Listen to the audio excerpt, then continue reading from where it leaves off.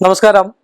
എല്ലാ മാന്യ പ്രേക്ഷകർക്കും എന്നെ ഇഷ്ടപ്പെടുന്നവർക്കും ഞാൻ ഇഷ്ടപ്പെടുന്നവർക്കും ഏവർക്കും ഏഷ്യ ലൈവ് ചാനലിലേക്ക് നിസ്സീമമായ ഹാർദവമായ സുസ്വാഗതം.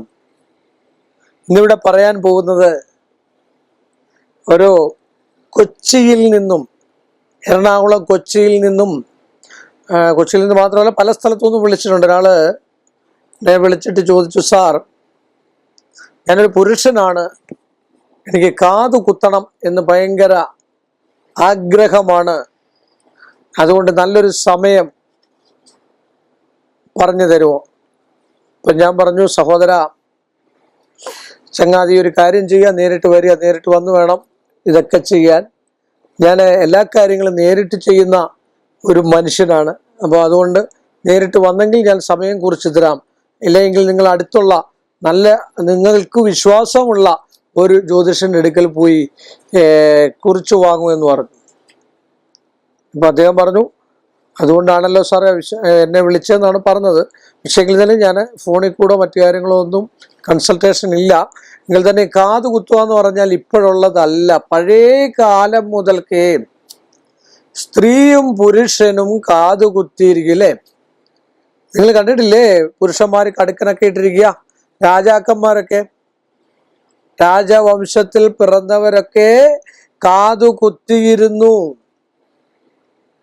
പഴയ കാലത്ത് ഹൈന്ദവരും എല്ലാ സമുദായത്തിൽപ്പെട്ട ആൾക്കാരും, മിക്കവാറും ഉള്ള എല്ലാ സമുദായത്തിൽപ്പെട്ട ആൾക്കാരും കാതു കുത്തിയിരുന്നു. സംശയമില്ലാത്ത കാര്യമാണ്. എല്ലാ സമുദായവും എന്നാ പറയുന്നത്.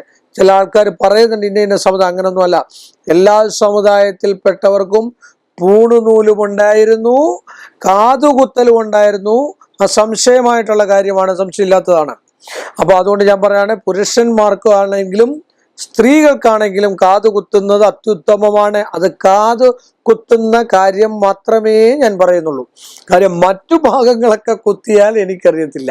കാരണം എന്താണെന്ന് ചോദിച്ചാൽ അങ്ങനെ ഒരു സംഭവം ജ്യോതിഷത്തിൽ വിശദീകരിക്കുന്നില്ല. അതുകൊണ്ടാണ് ചില ആൾക്കാർ പുരിയം കുത്തിവെക്കുന്ന കാണാം, നാക്കിൻ്റെ അടി കുത്തിവെക്കുന്ന കാണാം, ഈ കണ്ണിന്റെ സൈഡ് ഇവിടെ എല്ലാം കുത്തിവെക്കുന്ന കാണാം. അതിനെക്കുറിച്ച് എനിക്ക് കൂടുതൽ അറിവില്ല എന്ന് വേണം എനിക്ക് പറയാൻ. കാരണം കാത് കുത്തുന്നതിൽ പഴയ കാലം തൊട്ടേ കാതുകുത്തൽ സമ്പ്രദായം നടന്നിരുന്നു എന്നാണ് പറയപ്പെടുക. അതിന് ഏറ്റവും ഉത്തമമായിട്ടുള്ള നക്ഷത്രങ്ങൾ രേവതി ദിവസം ഏറ്റവും നല്ലതാണ് കാതുകുത്താൻ. അതുപോലെ തന്നെ ഉത്രാട ഉത്രട്ടാതി, ഉത്രത്രയം എന്ന് പറയും. ഉത്രാട ഉത്രട്ടാതി കാത് കുത്താൻ കൊള്ളാവുന്ന ഏറ്റവും നല്ലൊരു ദിവസമാണ്. അതുപോലെ തിരുവാതിര, പുണർദം, പൂയം, തിരുവോണം, അവിട്ട, അത്തം, മകീരം, ചിത്തിര എന്നീ 12 നാളുകൾ. 12 നാളുകളാണ് നമുക്ക് കാത് കുത്താൻ കൊള്ളാവുന്ന ഏറ്റവും അതിന് പ്രമാണവുമുണ്ട്. ഇന്ന രീതിയിൽ വേണം, ഇത്ര മാസത്തിൽ വേണം എന്നൊക്കെ.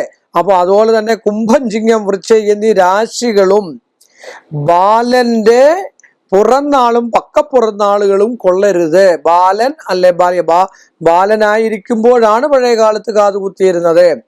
ബാലനോ ബാലികയോ ആയാൽ അതിന്റെ പുറന്നാളും പക്കപ്പുറന്നാളും ഒരു കാരണവശാലും കാതു കുത്തുവാൻ എടുക്കാൻ പാടില്ല.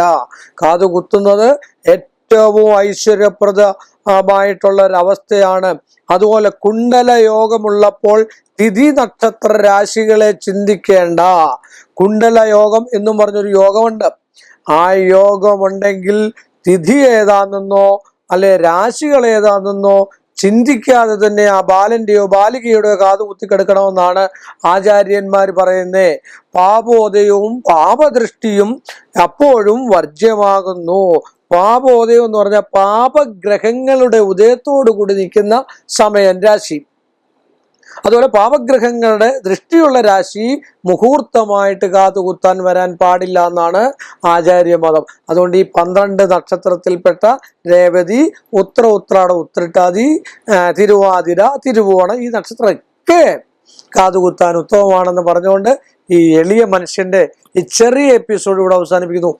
വീണ്ടും നമ്മൾ തമ്മിൽ കാണുന്നവരെ എല്ലാ മാന്യ പ്രേക്ഷകർക്കും എൻ്റെ നിസ്സീമമായ നന്ദിയും ശ്രേഷ്ഠമായ ഭഗവാന്റെ കടപ്പാടും.